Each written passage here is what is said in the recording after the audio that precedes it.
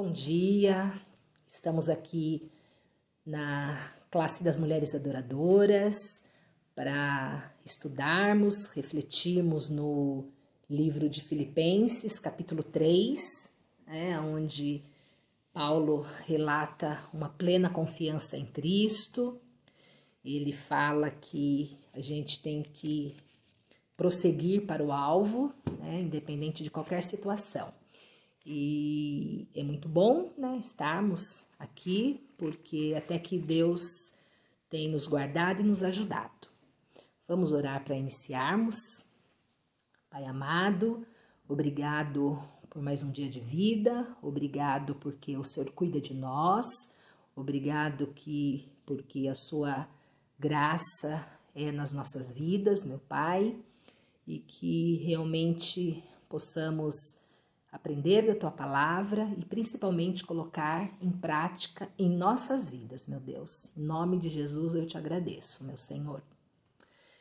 Então, Filipenses capítulo 3, no versículo 1, o texto já inicia, ele inicia com uma palavra falando, finalmente. Quando a gente vê finalmente, dá-se a impressão, final, acabou, Mas Paulo não está terminando e nem concluindo essa carta. Na verdade, ele está introduzindo um novo tema, Paulo, ele fala da questão da alegria, As cartas de Paulo, apesar de estar na prisão, apesar de toda a situação que ele está passando, ele sempre traz essa palavra que é alegria, porque ele tem uma alegria centrada em Cristo, e a alegria também que nós precisamos ter, independente das circunstâncias, das situações, Às vezes, quando a gente ouve isso, independente da situação, nós termos alegria é complexo, humanamente falando é complexo, mas é uma alegria que o Senhor pode encher os nossos corações e fazer com que possamos passar, por várias situações complexas nas nossas vidas. E Paulo fala também, de que ele vai repetir, a repetição para quem é professor é um recurso pedagógico muito bom, e mesmo nas nossas vidas, às vezes, para nós aprendermos, repetimos, lemos a primeira, lemos a segunda vez, a terceira vez, e isso é maravilhoso porque a palavra de Deus, cada vez que você lê, parece que abre-se alguma coisa e você entende algo que você não havia entendido, então é muito interessante. Mas Paulo fala, que ele não vê problema em repetir a verdade cristã, porque isso vai trazer segurança para eles, ele está escrevendo para a igreja de Filipos, ele está escrevendo para os filipenses, ele está preso e escrevendo para eles. Então ele relata que ele não vê problema em repetir as palavras de Deus, porque isso pode trazer segurança ao povo, aos irmãos de Filipos. Paulo ele fala sobre 3 grupos diferentes, Ele fala sobre os cães, falsos obreiros e falsa circuncisão. Então, assim, se nós somos entendermos no contexto, cães hoje pra gente é um bichinho de estimação, muito bem querido, muito bem tratado, A gente às vezes vê alguns cães que são até mais bem tratados do que algumas crianças, Tem mais mimo, zelo, conforto, Mas assim, no Antigo Oriente, os cães não eram esses animaizinhos de estimação, como são tratados hoje. Eles eram animais semi-selvagens, Eles caçavam as suas presas, bem diferente de hoje, E então, assim, esses cães, quando o Paulo está se referindo, é num contexto totalmente diferente de hoje, e ele está falando que era, falsas pessoas, falsos mestres que entravam nas igrejas latindo as suas mentiras, as suas heresias. Por isso que ele fala, cuidado com os cães, E os cães, eles nesse contexto que Paulo está dizendo, eles eram ensinadores do judaísmo que corrompiam, né? Procuravam corromper a igreja. Então, Paulo fala, cuidado, né, com essas pessoas, com esses cães que estão querendo corromper a igreja. Paulo também fala sobre os falsos obreiros. E o que seriam esses falsos obreiros, né?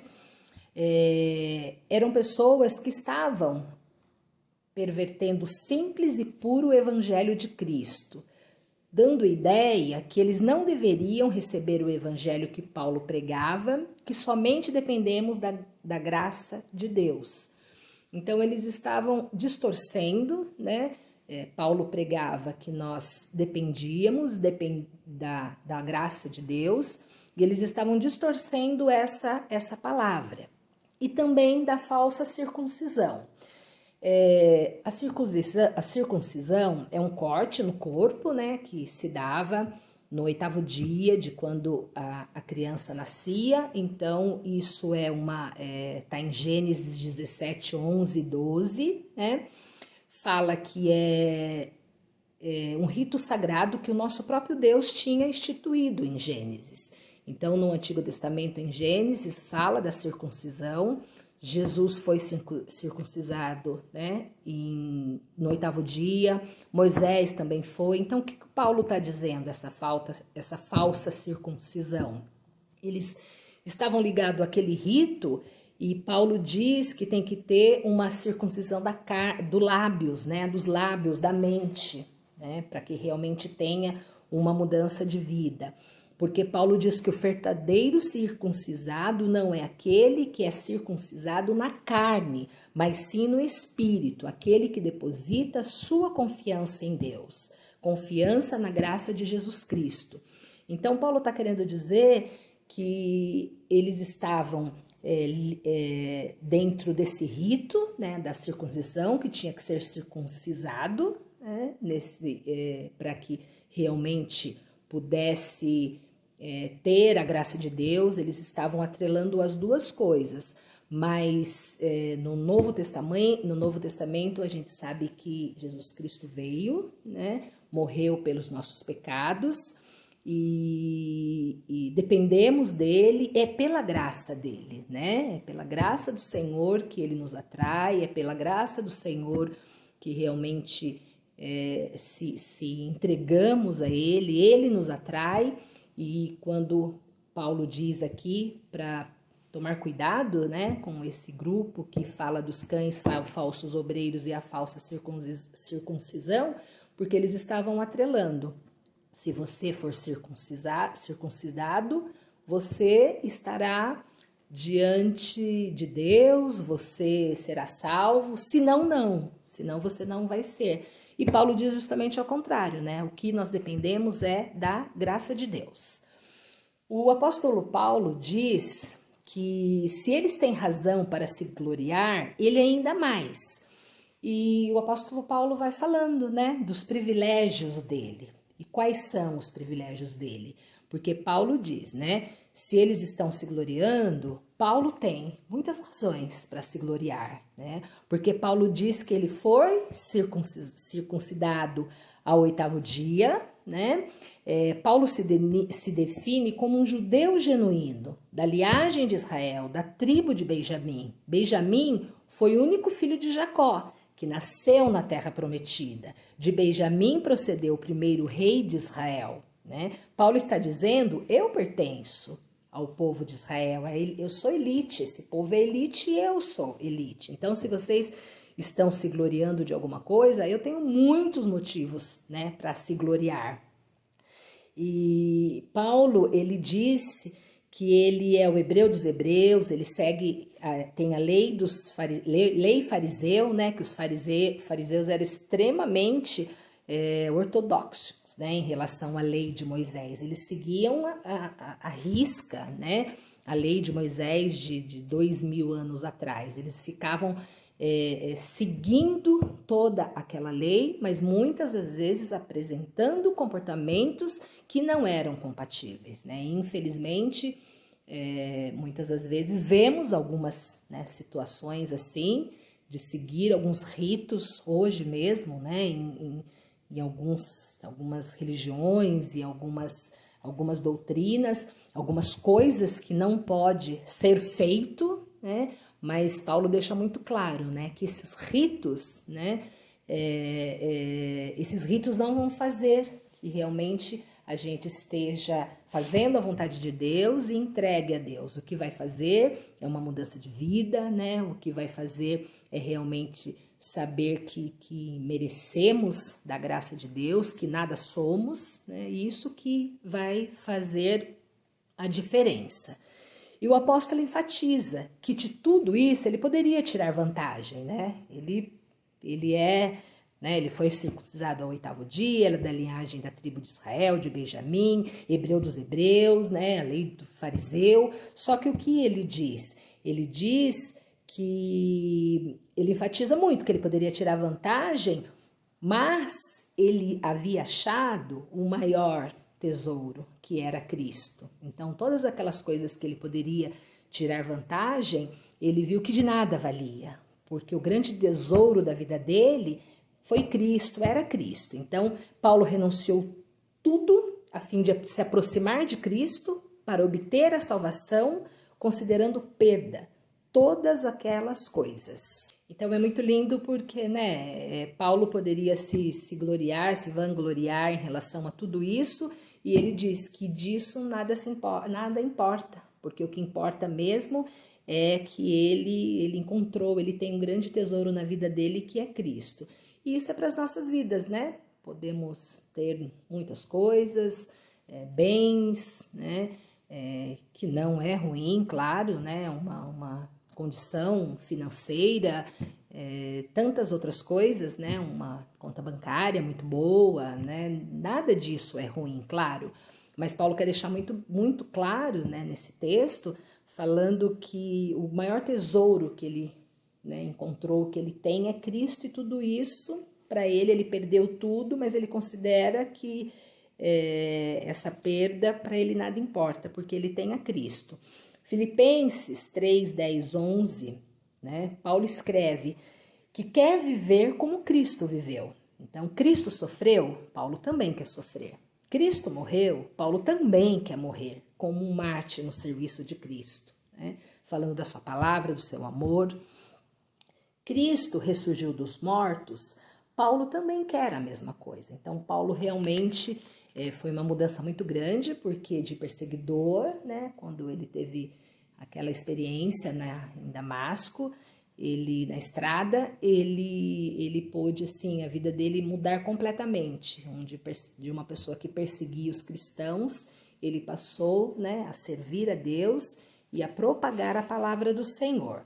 Filipenses 3, 12, 21, né, prosseguindo para o alvo. Então, Paulo, ele vai dizer como que, né, enviando a carta para os irmãos de Filipos, o que eles deveriam fazer para prosseguir, né, e realmente ter o alvo, né, não poder o alvo sendo Jesus Cristo e saber que estariam nesse caminho, né? Paulo estava perfeitamente conformado a Cristo. O processo estava em andamento e ele estava se dedicando inteiramente que essa obra de graça de Deus pudesse continuar cada vez mais.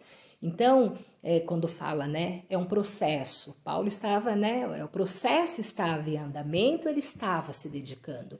É a nossa vida. A nossa vida é um processo no sentido de conhecer a Cristo, de estar com Cristo, né, de querer fazer a vontade de Cristo. Porque é um processo, é dia após dia, né? É lendo a palavra de Deus, é orando ao Senhor, é tendo relacionamento, é tendo intimidade. Então é um processo, né? Porque a obra da graça de Deus, ela vai acontecendo em nossas vidas, né? E cada vez mais, cada vez que a gente começa a ler a Bíblia, a gente tem mais o desejo de ler a Bíblia. Cada vez que você se propõe a orar, né? As coisas vão, é um processo e as coisas vão acontecendo. Daí Paulo diz que esquecendo das coisas que ficaram para trás, diz respeito não apenas aos seus pecados e fracassos, mas também aos seus privilégios naturais, aos seus sucessos e vitórias, prosseguindo para o alvo que é Jesus. Então Paulo fala, né, de tudo que ficou para trás. Eu digo que a palavra presente é muito bonita porque passado passou, não tem como você fazer diferente daquilo que passou, né? Presente é um presente de Deus, cada dia, né, que nós vivemos. Deus nos dá uma folha em branco toda manhã, aonde nós vamos escrever a nossa história daquele dia, né? Independente da situação, independente dos problemas que estamos passando, como vamos escrever? Aí é conosco mesmo. Então, Paulo fala, né, que independente de qualquer coisa, o alvo é Jesus. O alvo dele, como na nossa vida também, né, o nosso alvo tem que ser Jesus, para que realmente a gente possa viver, né, nesse mundo tão conturbado, com tantas coisas, e Paulo deixa isso para a gente.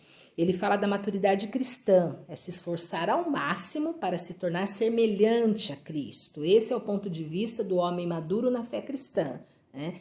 Então, a maturidade cristã, a gente vai... esforços, né? Renúncias. O que é esforços? É nós renunciarmos algumas coisas, né? Para estarmos em Cristo. E quando diz renunciar, é renunciar, às vezes, no trabalho, né? Numa conversa, no ambiente onde estamos, e tantos outros exemplos que pode ser dado, né? Porque se o nosso objetivo, né, é o alvo que é Cristo, a gente vai se esforçar para isso. No versículo 17, Paulo encoraja, né, os filipenses a ser imitadores dele, né, porque ele tem uma vida como um modelo de devoção total a Cristo e a sua causa. Então, Paulo fala aos filipenses, né, antes de tudo, imitadores dele mesmo, pois ele pode apresentar como modelo de vida, né, a sua devoção. Como nós estamos apresentando as nossas vidas? Que modelo de vida que nós estamos passando àquelas pessoas que estão ao nosso redor? Que modelo de vida nós estamos passando para aquelas pessoas pelo qual nós convivemos, né? Algo para nós pensarmos e refletirmos. Paulo podia ser um modelo de vida para as pessoas e ele está dizendo isso, né? Com a sua carta aos irmãos em Filipos, ele está falando isso. Paulo escreve aos irmãos, né, em Filipos com lágrimas, né, dizendo que tem homens que estão causando mal às igrejas de Deus por causa de desonra pública, né, vergonha que trouxeram ao nome de Cristo. Então tinha pessoas que de alguma forma falavam, né, da palavra de Deus, mas de uma forma distorcida, né? Paulo fala isso com lágrimas, né? Está na Bíblia que ele está falando, o apóstolo diz isso com lágrimas, que essas pessoas são inimigos da cruz de Cristo, são homens que estão causando mal às igrejas, né? Por causa de estar sendo vergonhoso o que eles estão falando, né? Eles estão tendo uma desonra pública, e isso é muito triste, porque eles falam em nome de Cristo, mas de uma forma equivocada, né? De uma forma onde desonra o nome do Senhor. E Paulo se comove com isso e ele fala isso com lágrimas. Paulo relata que esses homens só desejam a gratificação carnal e apresentam um comportamento imoral e preocupam-se com as coisas terrenas. Então são pessoas que somente se preocupa com as coisas terrenas. Tem as coisas terrenas que realmente, né, devemos e precisamos nos preocupar. Estamos aqui nessa terra, né, vivemos nessa terra, então precisamos se preocupar. Só que essas pessoas só querem o prazer da carne, né, e muitas das vezes nós sabemos, nós temos que matar a nossa carne, né, muitas das vezes não, temos que matar a nossa carne todos os dias, né, e dia após dia, né, matar essa carne, que essa carne é pecadora, né, pela graça do Senhor, nós conseguimos isso, porque por nós mesmos é difícil, quando nos entregamos e falamos, Deus, né, eis-me aqui, me ajude, Deus, ele vem com essa providência, só que Paulo fala, né, que esses homens, eles só querem as coisas terrenas, eles não pensam em nada nas coisas espirituais. E ele encerra no versículo 20 e 21, né, Filipenses 3, versículo 20 e 21, ele fala, o apóstolo conclui dizendo aos filipenses, lembrando que eles possuem uma pátria nos céus, né, que são cidadãos dos céus, e que o Senhor virá dos céus e transformará nosso corpo num corpo de glória. E nós estamos nessa terra, mas nós sabemos, né, que nós temos, que nós pertencemos, né, nós pertencemos a Deus, pertencemos à pátria dos céus e somos cidadão dos céus, porque se nós vivemos pensando que, né, é só isso aqui que nós temos, né, infelizes somos. Então, nós sabemos que o Senhor virá, Ele transformará o nosso corpo, né, doença, dores, tristeza, não acontecerá mais, né, e porque vamos ter um corpo de glória. Deus é maravilhoso, né, e Paulo traz isso que possa servir para o nosso dia a dia e possamos colocar em prática. Amém.